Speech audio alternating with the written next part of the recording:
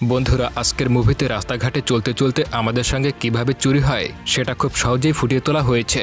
সেই সঙ্গে কিভাবে ছিনতাই, জুয়া এসব কাজগুলো করা হয় সেগুলো বুঝতে পারবেন। গল্পটিতে বেশ কিছু সাইকোলজিক্যাল ট্রিক দেওয়া আছে যেগুলো আপনাকে ভাবতে বাধ্য করবে, আর সেই সঙ্গে রয়েছে অসাধারণ সব টুইস্ট। তো চলুন সাইকোলজির এই খেলায় হারিয়ে যাওয়া যাক। কাহিনী শুরুতেই আমরা নিকি নামের একটা লোককে দেখতে পাই। সে একটা 5 স্টার হোটেলে বসে খাবার খাচ্ছিল। তখনই তার কাছে একজন মহিলা আসে। তার নাম হলো জেস। জেস তাকে অফার করে কিছুক্ষণের জন্য তার বয়ফ্রেন্ড হবে, কারণ একটা লোক তাকে খারাপ নজরে দেখছে আর তার পিছু করছে। নিকি এটা শুনে রাজি হয়ে যায়। আসলে জেসের প্ল্যান ছিল নিকিকে লুট করা। তো এরপর তারা একটা রুমের মধ্যে গিয়ে ভালোবাসা আদান প্রদান করে। তখনই সেখানে সেই মেয়েটার স্বামী চলে আসে। তাদেরকে এই অবস্থায় দেখে নিকিকে বন্দুক তাক করে। নিকি বন্দুক দেখে বলে, চালাও গুলি। তখনই জেস বলে তারা ধরা পড়ে গেছে, তাদের প্ল্যান ফেল হয়ে গেছে। নিকি তখন বলে তাদের প্ল্যানের ব্যাপারে সে আগে থেকেই জানতো, যে তারা তাকে লুট করার জন্য এসব নাটক করেছে। নিকি তাদেরকে বলে তারা যদি কখনো চুরি করে ততক্ষণ পর্যন্ত কাউকে বলা যাবে না, যতক্ষণ পর্যন্ত না সাকসেস হয়। সাকসেসফুল হওয়ার আগ পর্যন্ত তাদেরকে মিথ্যা বলেই যেতে হবে। আর এই নিকি কোনো সাধারণ লেভেলের লোক ছিল না, সে ছিল বিখ্যাত একজন চোর। আর এদিকে জেস ছিল ছোটখাটো একজন চোর। সে মানুষের ওয়ালেট চুরি করত, কিংবা হাতে ছোটখাটো ব্রেসলেট, আংটি এইসব আর কি। নিকি তাকে বলে তাকে একটা ভালো চোর হতে হলে অনেক কিছু শিখতে হবে। এরপরে নিকি জেসকে ফলো করে। সে বুঝতে পারে জেসের মধ্যে কোনো একটা প্রতিভা আছে। সে তাকে শেখায় কিভাবে মানুষকে হিপনোটাইজ করে তার সবকিছু চুরি করতে হয়। এরপর সে তার সঙ্গে সেটা প্র্যাকটিক্যালি করে, আর তার সঙ্গে কথা বলে সবকিছু নিয়ে নেয়।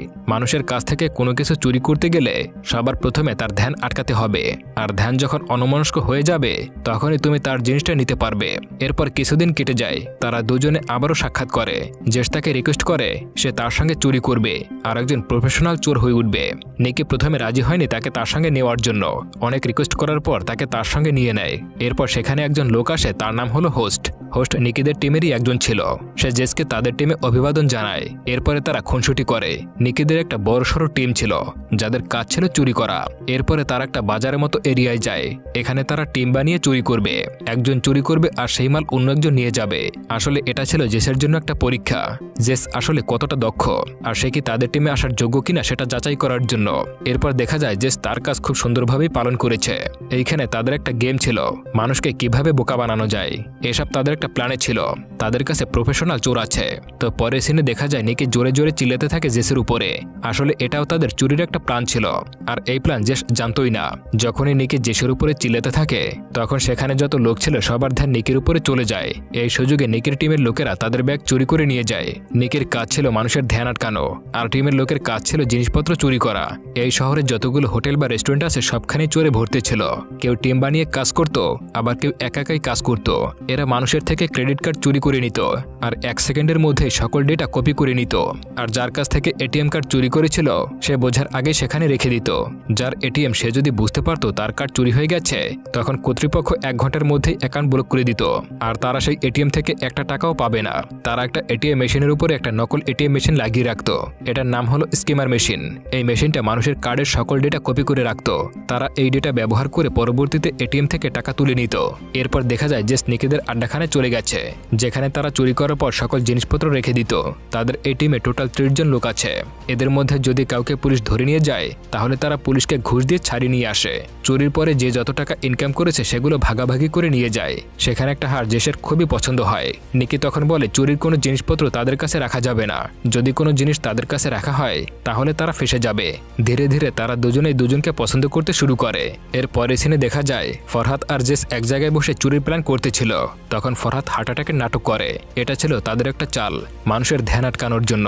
ফরহাদ যখন অ্যাক্টিং করে তখন জেস চিল্লিয়ে মানুষের সাহায্য চাইতে থাকে। তখনই সবার মনোযোগ সেই দিকে চলে যায়। এই সুযোগে তাদের টিমের লোকেরা সবার ওয়ালেট, ঘড়ি, মোবাইল এগুলো চুরি করতে থাকে। তারা মোটামুটি মানুষের সাইকোলজি জানতো, কিভাবে মানুষের ধ্যান অন্যদিকে করা যায় সেটা খুব ভালো করে রপ্ত করেছিল। জেস একজন বয়স্ক লোকের হাত থেকে একটা ঘড়ি চুরি করে ফরহাদের পকেটে ঢুকিয়ে দেয়। সেখানে হোস্ট বসেছিল, সে একজনের ওয়ালেট চুরি করে তার পকেটে ঢুকিয়ে নেয়। সবাই চুরি করার পর নিকি তাদেরকে জানায় গত 1 সপ্তাহে যতগুলো চুরি করেছে আর সবকিছুর খরচ নিয়ে তাদের কাছে মোট $1.2 মিলিয়ন আছে। এটা শোনার পর সবাই অনেক খুশি হয়ে যায়।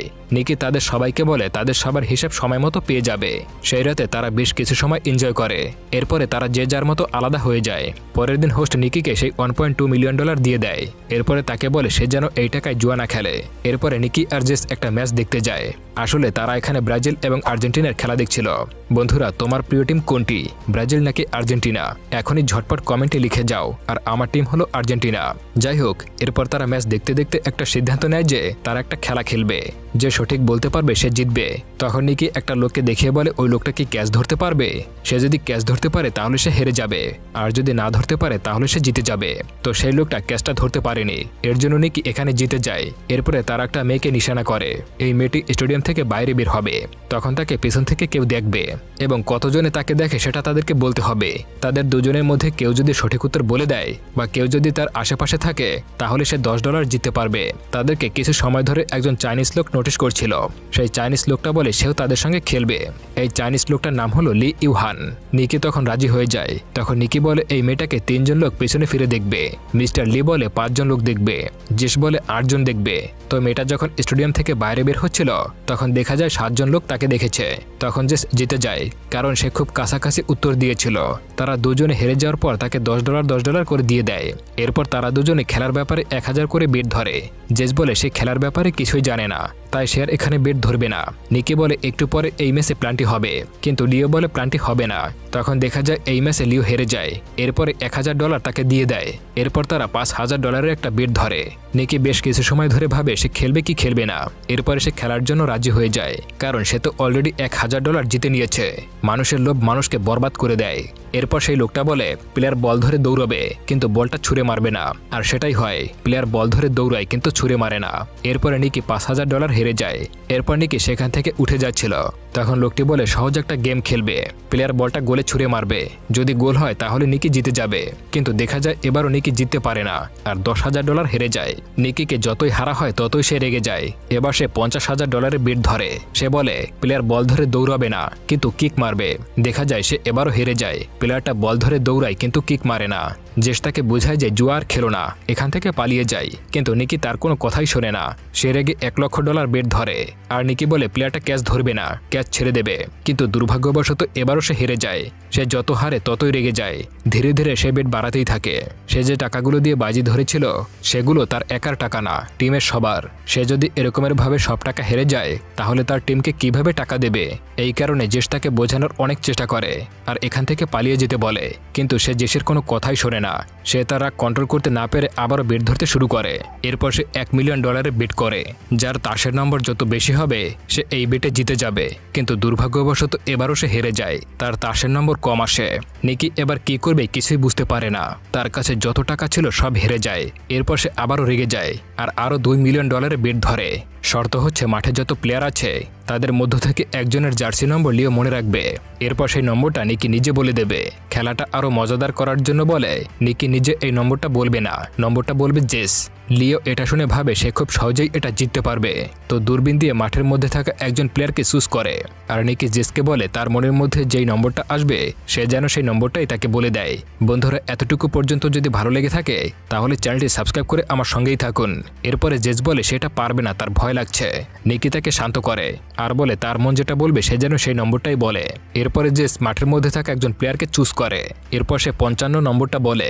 সে যখন এই নম্বরটা বলে তখন লিও বলে সে ঠিকই বলেছে, তারা এই বেটটা জিতে গেছে। তারা দুজনে $4 মিলিয়ন জিতে নেয়।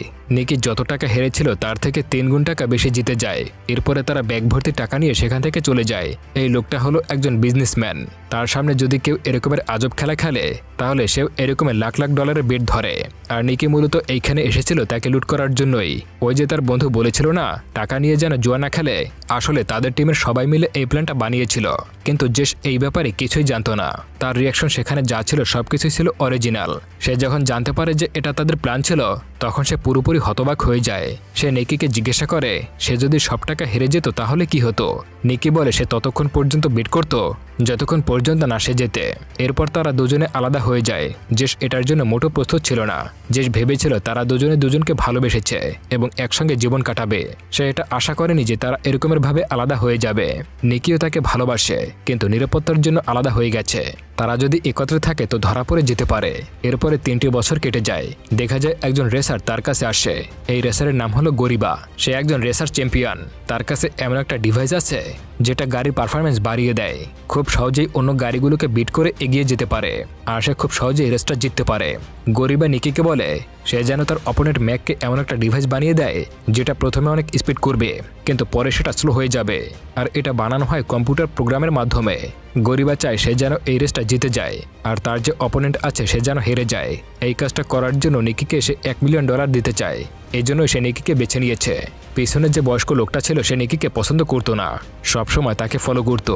তখন তারা একটা প্ল্যান বানায়, কালকে রাত্রে পার্টিতে গরিবা নিকিকে অপমান করবে, এমনকি ধাক্কাধাক্কিও হবে, যাতে বুঝতে পারে গরিবা নিকির দুশ্মন, আর এভাবেই ম্যাক আর নিকি বন্ধু হতে পারে।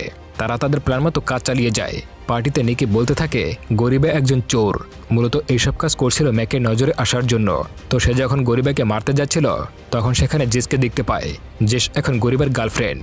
এটা দেখার পর সে প্রচুর পরিমাণে ড্রিঙ্ক করে আর সত্যি সত্যি গরিবাকে মারতে থাকে, কিন্তু তাদের যে প্ল্যান ছিল সেটা সাকসেসফুল হয়। সে ম্যাকের নজরে আসে আর ম্যাক তাকে পার্টনার বানিয়ে নেয়। নিকি ম্যাককে বলে সে তার গাড়ির জন্য এমন একটা ডিভাইস বানিয়ে দেবে যেটা গাড়ির পারফরমেন্স অনেক বাড়িয়ে দেবে, তার বদলে সে $3 মিলিয়ন নিবে। ম্যাক রাজি হয়ে যায়। একদিন নিকি জেসকে দেখা করার জন্য ডাকে। সে জেসকে বলে এখনও সে তাকে ভালোবাসে আর আবারও আগের মতো হতে চায়। জেস বলে আগে যা হয়েছে সবকিছু ভুলে যাও, আমি আগের থেকে এখন অনেক ভালো আছি। সে গরিবাকে ছাড়তে পারবে না। নিকি তখন ফরহাদের সাহায্য নেয় জেসকে তার জীবনে আনার জন্য। ফরহাদ তাকে একটা হার দেয়, যেই হারটা সে অনেক আগেই পছন্দ করেছিল। সে বলে নিকি তোমাকে অনেক ভালোবাসে। তারা যখন আলাদা হয়ে গিয়েছিল তখন নিকি 2 বছর পর্যন্ত কিছুই করেনি, সে আগের থেকে অনেক পরিবর্তন হয়ে গেছে। জেস এটা শোনার পর সিদ্ধান্ত নেয় সে আবারও নিকির জীবনে ফিরে আসবে। এরপরে তারা দুজনে লুকিয়ে লুকিয়ে আবারও দেখাশোনা করতে শুরু করে আর এভাবেই ভালোবাসা চালিয়ে যেতে থাকে। তারা দুজনে সিদ্ধান্ত নেয় তারা এখান থেকে পালিয়ে যাবে। নিকি তখন বলে তার একটা কাজ আছে, কাজটা শেষ করার পরই তারা পালিয়ে যাবে। এরপরে নিকি একটা ডিভাইস বানিয়ে ম্যাককে দেয়, যেটা ম্যাকের খুবই পছন্দ হয়। তার গাড়ির পারফরমেন্স অনেকটাই বাড়িয়ে দেয়। এতে ম্যাক খুশি হয়ে তাকে $3 মিলিয়ন দিয়ে দেয়।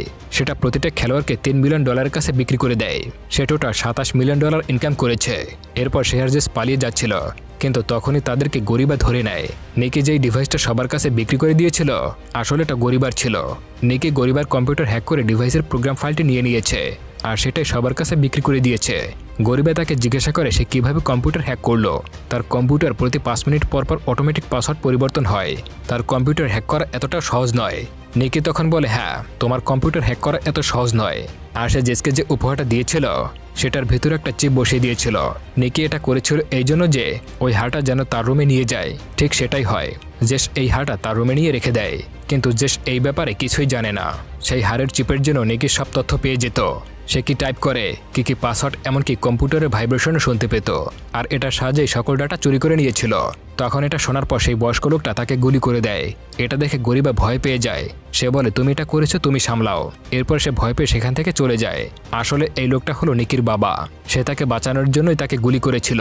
আসলে সে তাকে মারেনি। গরিবা হলো একজন রেস চ্যাম্পিয়ন, তার কাছে অনেক টাকা আছে।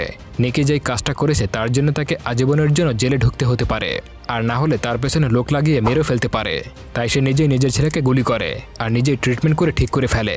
আর এখানেই কাহিনীটা শেষ হয়ে যায়। বন্ধুরা, মুভির কোন সিনটা আপনার কাছে সবথেকে ভালো লেগেছে? এমন সুন্দর সুন্দর ভিডিও দেখতে চাইলে আমাদের চ্যানেলটি এখনই ভিজিট করতে পারেন।